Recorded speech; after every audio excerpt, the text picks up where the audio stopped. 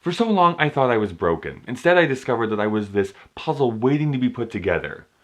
Granted, it was only 3 pieces, so it wasn't all that hard, but still.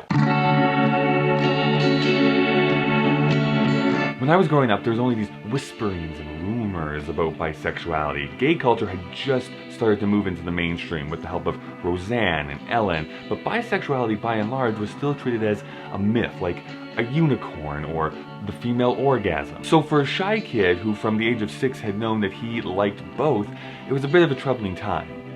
Not as troubling as certain fashion choices, but we're gonna put that on my mom because, come on, how did you think I wasn't gonna get made fun of? Bisexuality is absolutely a normal thing. In fact, recently I was on a website, bisexual.org, because bisexual.gov was taken. And on this website it details all of the famous bisexuals throughout history. We have my favorite 70s musician David Bowie, there's Margaret Cho, there's also Carrie Brownstein of Sleater-Kinney and Portlandia fame, but then there are the people you may not expect. There's Malcolm X, the yin to Martin Luther King Jr.'s yang, or maybe it's the vice versa. I'm not really sure how that whole thing works out, but a little bit controversial to say that only because he never identified as bisexual, though he did have relationships with both men and women. James Dean was, although he has been the target of erasure, the glossing over of the fact that he was bisexual. And then there's Gillian Anderson, star of X-Files and Hannibal.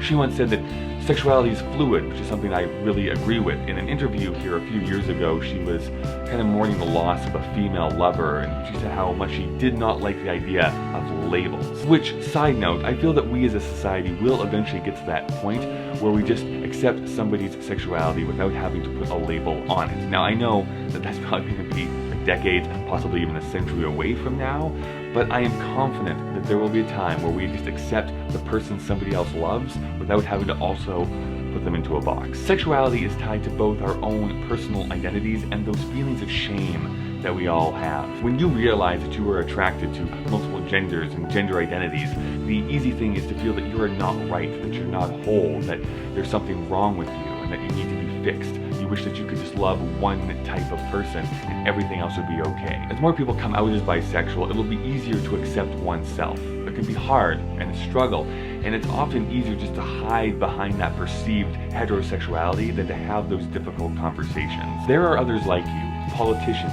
musicians, actors, other people already in your life. You're not alone, and you're not broken. Alright, nothing after the end screen here this week, but stick around, you might see me make a fool out of myself.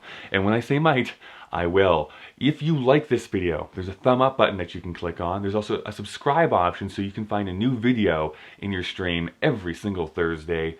You can see last week's video over there, because I know directions.